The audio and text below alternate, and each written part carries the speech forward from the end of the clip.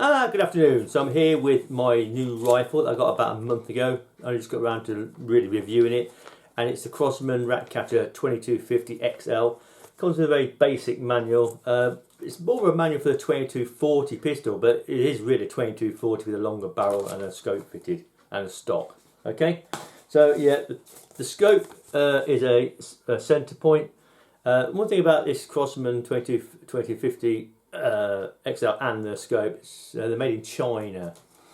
I don't think the quality is quite the same as the 2240 I have here. We'll look at that later. So yeah, so here we go. This is the 2250 XL. So from the rear you've got a skeleton stock. It's comfortable and really nice. This weighs 4.5 pounds. I just weighed it without the CO2 with the scope fitted. That's 4.5 pound weight. From there forward to there, you've basically got a 2240 pistol.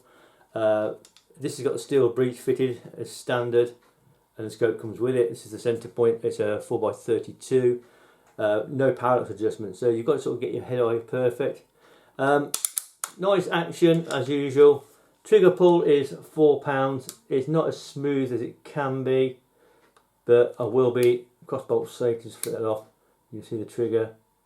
So yeah, it's a £4 pull, but on my 2240 I've got that down to £2 just by polishing the sears and adjusting the actual spring a little bit in the inside of the grip.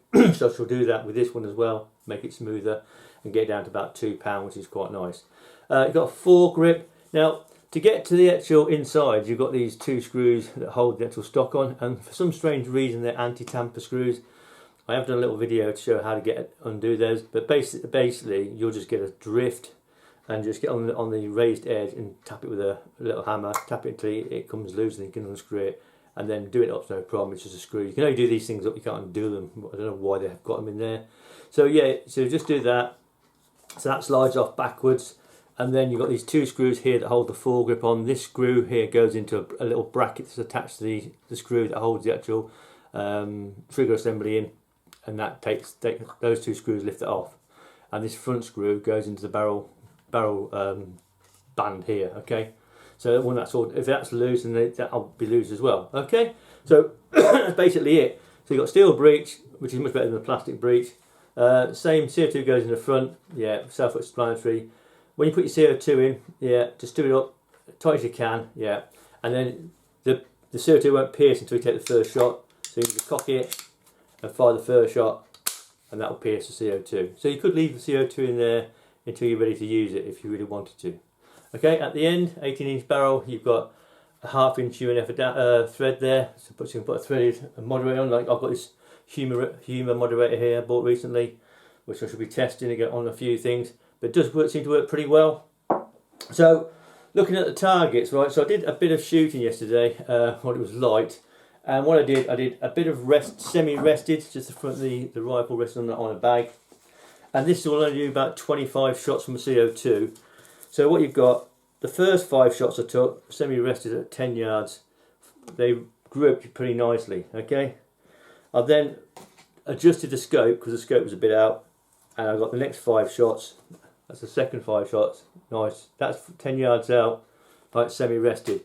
And you really got to get your head-eye position dead right with this scope, because there's no parallax adjustment. So you've got to get really. It was quite difficult, to be fair. So I'll probably have either put a different scope on, something that's better set up for me, or I might even put a red dot on, because I'm not going to go anywhere outside 20 yards with this. It's only got 9 foot-pounds energy with the 15.89 grain H15 pellets. Okay, and then I fitted the moderator. Yeah, this humour moderator. I took 5 shots again. The impact point was slightly lower, but that's a nice group. That's 5 shots in there. Very good. Very impressed with that. That's me keeping still and the rifle barrel doing its job. And then the last 10 shots, excuse me, so there's 25 shots in total. That was the last 10 shots there. You'll see where the actual CO2 starts to drop off. And so it drops off the impact point at 10 yards. So you will get 25 shots just about, and then really it just drops off completely. And then I did a full 25 shot group, just kept shooting 25 shots again. You see where the final shot went there. So yeah, you can see it shot that pretty quickly as well. And then finally I did a 20 shot group just to use the optimal 20 shots. Yeah, we know it drops off about 22, 23. So then I did another 20 shot group, rested with this, all with the moderator fitted, and that's like about an inch at 10 yards semi-rested.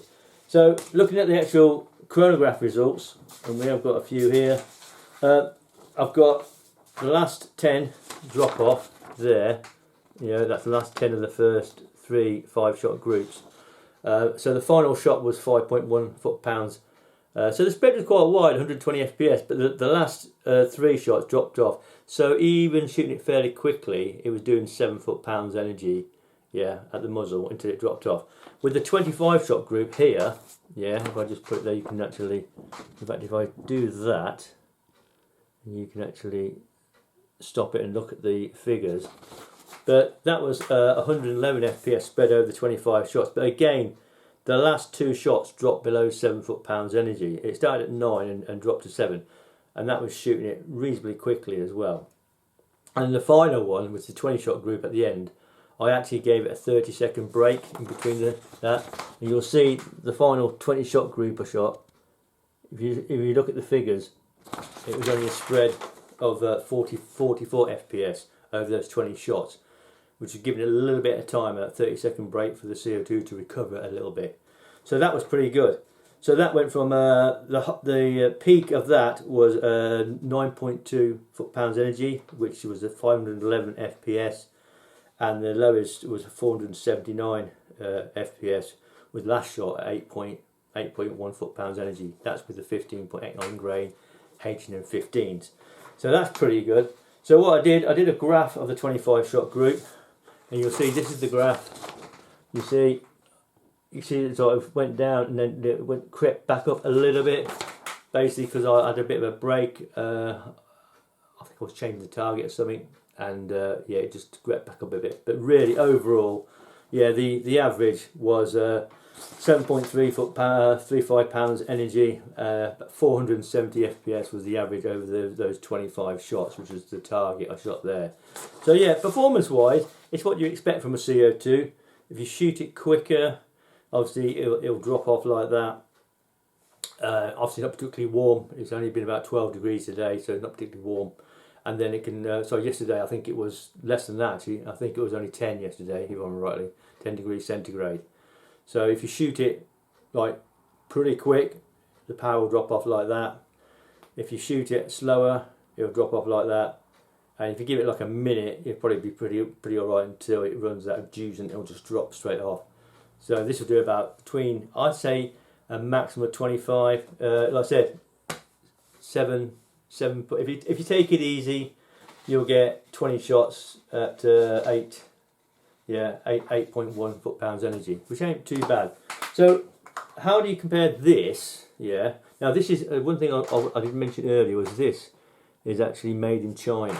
Okay, and I was thinking maybe the actual quality isn't as good as it should be. See, it does say made in China somewhere there. There it goes, made in China on that side.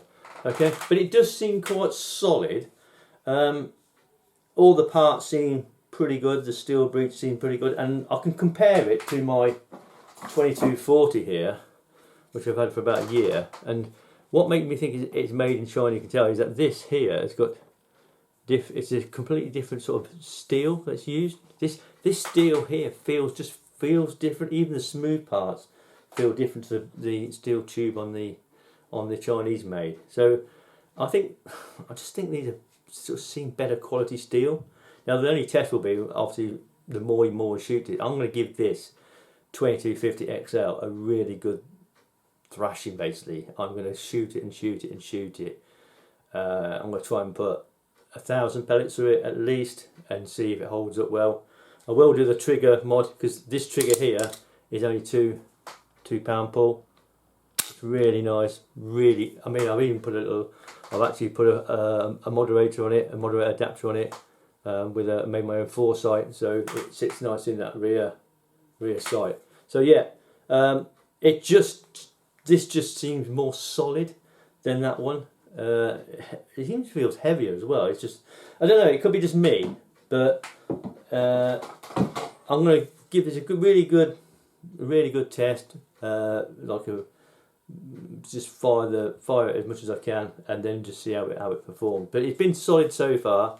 I've put about 6 or 7 CO2s through it, so we're talking that's about 150 shots, and it's been faultless. Yeah, no issues whatsoever.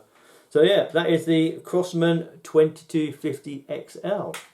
So yeah, I think the scope, I think I might change it out. I've got an MTC ultralight, a really old scope, old scope for me, over 10 years old. My first scope I bought, and it's light. It's a 40mm tube, so it should fit on there nicely, and it's a much better reticle, much better. It's a laser etched, where this is more of a duplex type reticle, quite heavy. Okay, so there you go. So I hope you like that little unboxing review. Take care, and have a great weekend, and thanks for watching.